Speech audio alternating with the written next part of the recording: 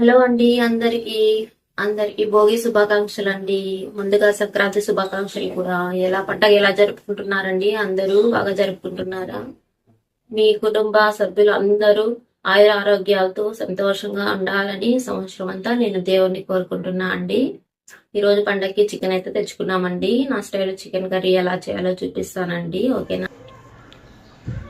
మొదటగా ఒక కడాయిలో ఆయిల్ వేసుకొని ఒక టమాటా, ఒక ఆనియన్ కట్ చేసి వేసుకోవాలండి. అందులో ఆవాలు, కరివేపాకు కూడా వేసుకున్నాను. తర్వాత పసుపు వేసుకున్నానండి. తర్వాత బాగా ఫ్రై చేసుకోవాలి.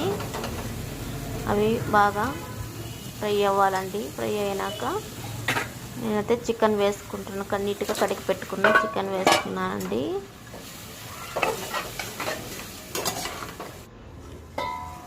తర్వాత చికెన్ అయితే ఇలా ఉడికిందండి. తర్వాత అల్లం పేస్ట్ వేసాను.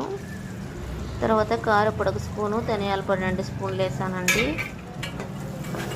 నేనైతే 1/2 కేజీ చికెన్ తీసుకున్నాను.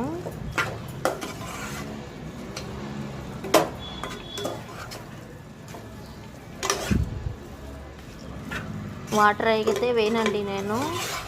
గ్రేవీ బాగుంటుందండి. వాటర్ వేయకుండా ఈ విధంగా వచ్చింది.